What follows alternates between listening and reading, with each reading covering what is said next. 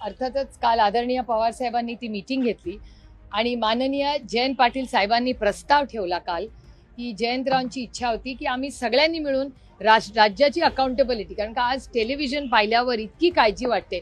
म्हणजे तुम्हाला लांब कशाला, बारामती लोकसभा मतदारसंघात, बारामती विधानसभा आणि दौंड विधानसभा या दोन्ही मतदारसंघात हार्वेस्टरचा घोटाळा झालेला आहे. 8 लाख रुपये आमच्या कष्ट करणाऱ्या बिचाऱ्या शेतकऱ्यांनी त्या काळातल्या मंत्र्यांना आणि त्यांच्या माननीय देवेंद्रजी, खूप विनम्रपणे मी तो शब्द जो देवेंद्रजींनी वापरला तोच वापरते, फिक्सर, त्या फिक्सरांना दिले. आता ते परत कसे येणार, ते हार्वेस्टर मिळाले नाही मिळाले तो भाग वेगळा, त्यांचे कष्टाचे 8 लाख रुपये तर परत मिळाले पाहिजेत. त्यामुळे असे अनेक गोष्टी या झालेल्या आहेत, उघडकीस आलेल्या आहेत.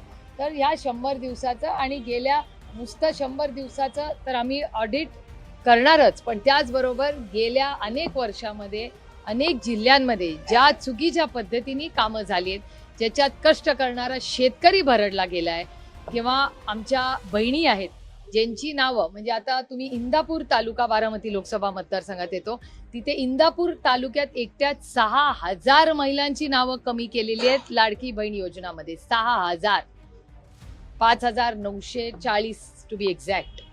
त्याच्यामुळे ह्या सगळ्या गोष्टी या चिंताजनक आहेत आणि आर्थिक परिस्थिती आज राज्याची आणि देशाची ही अडचणीत आहे.